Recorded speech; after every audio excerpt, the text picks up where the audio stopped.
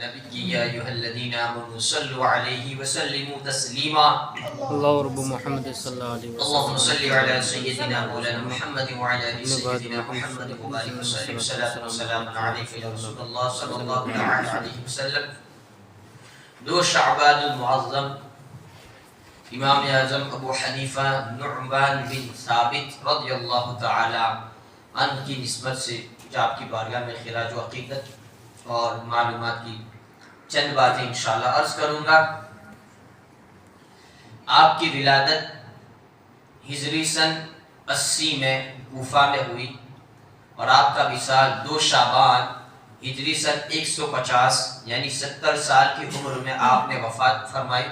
Baghdad شریف کے قبرستان میں آپ کا مزار پر انوار لوگوں کے لیے فیض حاصل کرنے کا مقام ہے. اگر ضروری آپ کے تعلق سے اگر بات کریں عوام کے تعلق سے پبلکلی تو یہ پہلے سے چلا آ رہا ہے اب تک کہ اب 4 امام کے علاوہ کوئی 5واں امام نہیں ہوگا.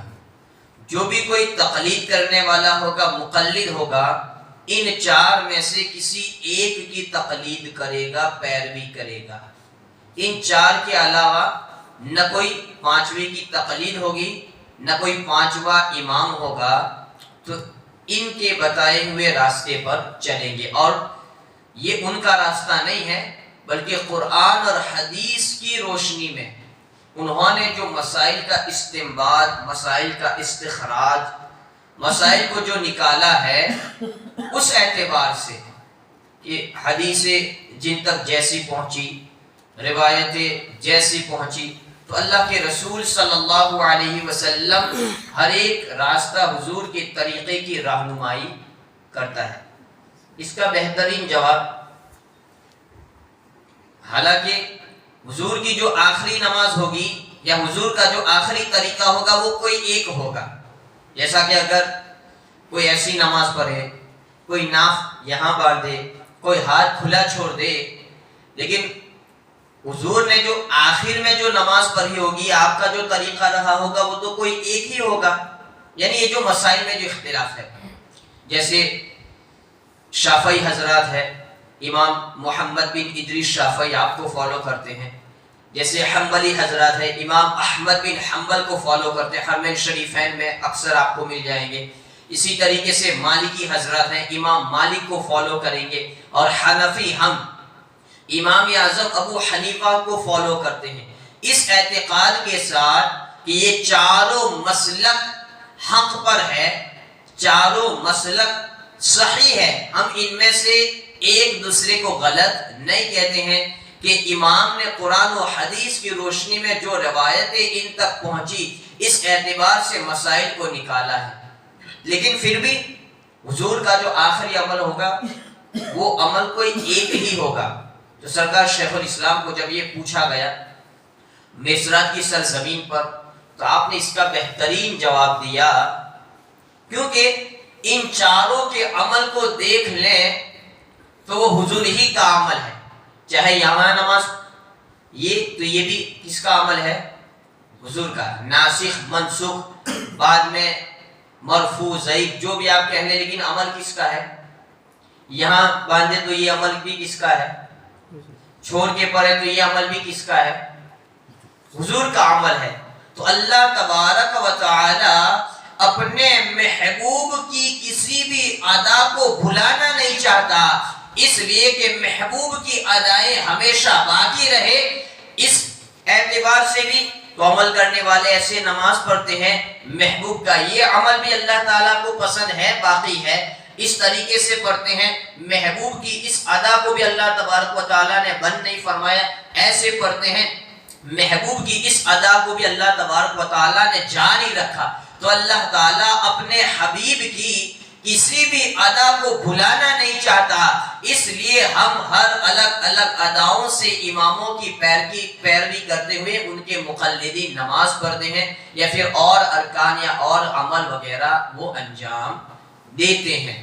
لیکن جو جس امام کا مقلد ہے اب وہ اسی کا مقلد پیروی کرنے والا رہے گا. اب ایسا نہیں ہے کہ من مانی کہے، من مرضی سے چلے، جیسا کہ آپ مسجدوں میں دیکھتے ہوں گے کوئی ایسے کر لیتا ہے. یہ نہیں. اگر آپ حنفی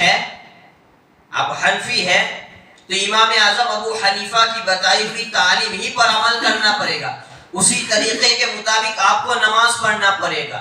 اب اگر حنفی ہے، اب آپ ایسے پڑھتے ہیں تو یہ آپ کی منمانی ہے. اب حنبلی ہے تو امام احمد بن حنبل کو آپ فالو کرتے ہیں، اسی کے مطابق آپ کو پڑھنا پڑے گا.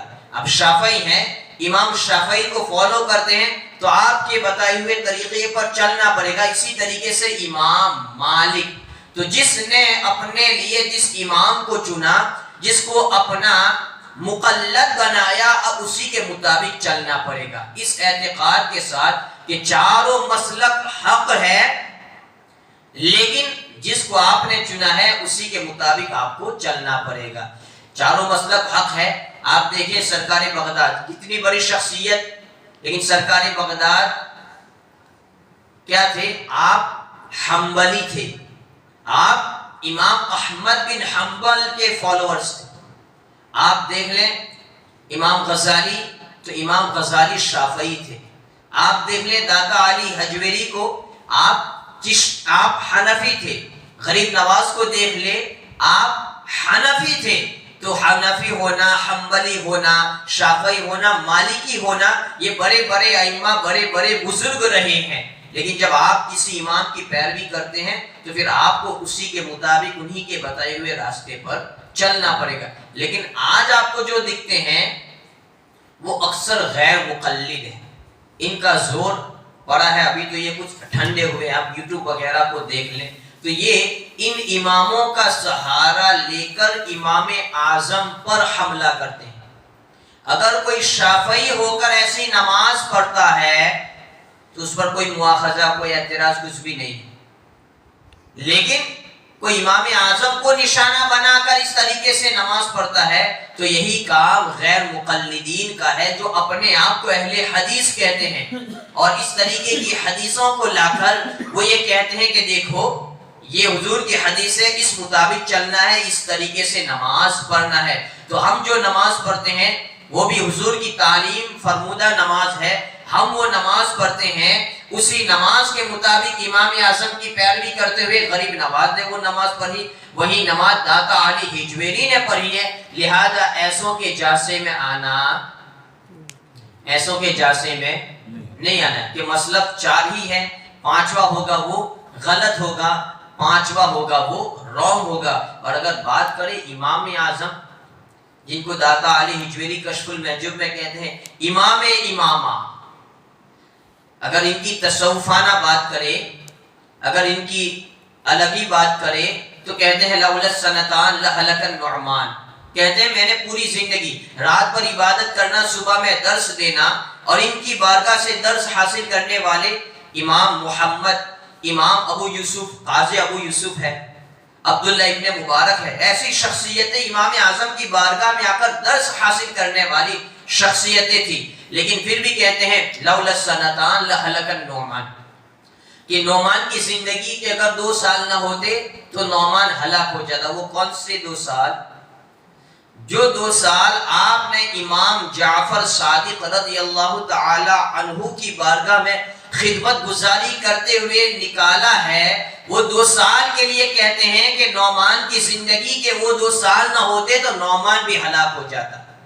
عبادت تو ایسی کہ آپ کی عبادت کو دیکھ کر پڑوس والے، محلے والے کہتے ہیں کہ ہم نے جب آپ کا وصال ہوا تو اس طریقے سے کہ ہم رات میں ایک کھمبے کو دیکھتے تھے، اب وہ کھمبا نظر نہیں آتا. تو وہ کھمبا نہیں، جب آپ نماز کے لیے کھڑے ہو جاتے تو قیام اتنا طویل فرماتے اور حرکت وغیرہ سے اپنے آپ کو محفوظ رکھتے، تو لوگ کہتے ہیں کہ وہ ایک کھمبا تھا جو آج نظر نہیں آ رہا ہے. اللہ کے رسول صلی اللہ علیہ وسلم کی بے پناہ محبت. آپ نے ایک خواب دیکھا. خواب جو ہوتا ہے، خواب کی تعبیر بالکل الگ جاتی ہے، اور خواب کی تعبیر بتانا ہر ایک کے بس کی بات بھی نہیں ہے. تو اس وقت جو معبر، خواب کی تعبیر فرمانے والے، ابن شیرین آپ نے خواب دیکھا. کیسا خواب دیکھا کہ جب بیان کروں تو آپ سوچیں گے کہ ایسا خواب. آپ نے خواب دیکھا کہ اللہ کے رسول صلی اللہ علیہ وسلم کہ مزار اقدس سے ہڈیاں آپ چن رہے ہیں. کیا چن رہے ہیں؟ ہڈیاں لے رہے ہیں، چن رہے ہیں. حیران ہو گئے یہ کیسا خواب. حضور کی قبر مبارک سے میں ہڈیوں کو چن رہا ہوں، لے رہا ہوں. پریشان ہو کر ابن شیرین کے پاس جاتے ہیں. ابن شیرین اس کی خواب کی تعبیر بیان کرتے ہوئے کہتے ہیں کہ اے ابو حنیفہ، اے نعمان بن ثابت، مبارک ہو. اس خواب کی تعبیر یہ ہے کہ آپ اللہ کے رسول صلی اللہ علیہ وسلم کی حدیثوں کو یکجا کرتے ہوئے اس سے مسائل اور نکالیں گے. یہی اس کی تعبیر ہو رہی ہے. یعنی دین کی خدمت، حضور کی حدیثوں کا ایک بڑا کام اللہ تبارک و تعالی آپ سے لینے والا ہے. لہذا ہر امام برحق ہے، لیکن امام اعظم یہ آپ تابعی تھے. آپ نے صحابہ کی ملاقات کی، آپ نے صحابی کا دیدار کیا ہے. اللہ تبارک و تعالیٰ نے آپ کو ایسا حاضر جواب بنایا تھا، یعنی وقت پر مسئلے کا جواب. ایسے ایسے مسائل، اس کے جو نمونے اگر میں آپ کو پیش کروں تو عقل حیران رہ جاتی ہے کہ اگر واقعی میں وہی بندہ ایسا جواب اور اسی بندے کے پاس ایسا علم ہوگا جس کے بارے میں اللہ کے رسول صلی اللہ علیہ وسلم نے اشارہ فرمایا ہو. اور اللہ کے رسول صلی اللہ علیہ وسلم نے کہا لو كانت العلم عند الثريا لذهب به رجل من ابناء فارس. اگر علم، ثریا جو ایک ستارہ ہے بلندی پر آسمانوں میں، کہ اگر علم بلندیوں پر بھی چلا جائے گا تو فارس کا ایک شخص آئے گا کہ علم کو وہاں سے کھینچ لائے گا. اور محدثین کہتے ہیں کہ لو كانت العلم عند الثريا لذهب به رجل من ابناء فارس. فارس کا وہ بیٹا، اس سے مراد امام اعظم ابو حنیفہ ہے. اور یہ بشارت مولا علی کی بارگاہ میں امام اعظم کے دادا آئے تھے تو امام اعظم کے دادا کو مولا علی نے اشارتاً کہ تمہارے خاندان سے ایسا بچہ پیدا ہونے والا ہے. تو یہ ہے ان کی ہم پیروی ہم کر رہے ہیں، ان کے ہم مقلد ہیں. تو جو حنفی ہے وہ حنفی رہے گا، وہ حق پر ہے.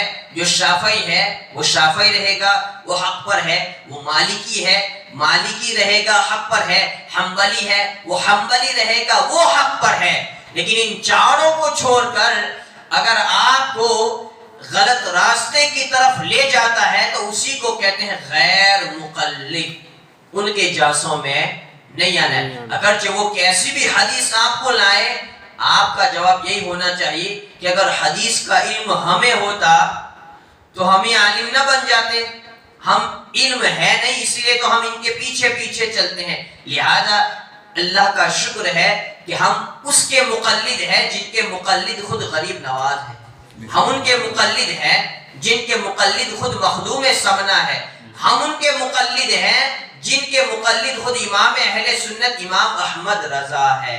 سبحان اللہ سبحان تو اللہ. آج ان کا زور بڑھ رہا ہے. بازار کی سائڈ پہ آپ جائیں گے 2 سے 4. اللہ کا فضل ہے کہ ہمارے یہاں یہ بلا اور یہ فتنہ نہیں ہے، اس لیے کہ ہمارے یہاں کچھ افراد ایسے بھی ہیں کیونکہ ان میں پھر ہم کو گرم بھی رہنا پڑتا ہے، اس لیے ان کا زور چلتا نہیں ہے. ان کی مسجد جو ہے آپ دیکھ لیں گے، یہاں پر ان کی مسجد ہے. بالکل ان کے مسائل ایسے ہیں. یحییٰ انصاری صاحب کی جو کتاب ہے غیر مقلدین کا فرع، آپ ان کے مسائل جب آپ دیکھیں گے تو آپ حیران رہ جائیں گے کہ بھائی یہ کیا کر رہے ہیں، یہ شریعت کو بدل رہے ہیں یا دین کا مذاق اڑا رہے ہیں. ایسے ایسے مسائل انہوں نے تبدیل کیے ہیں، بیان کیے ہیں.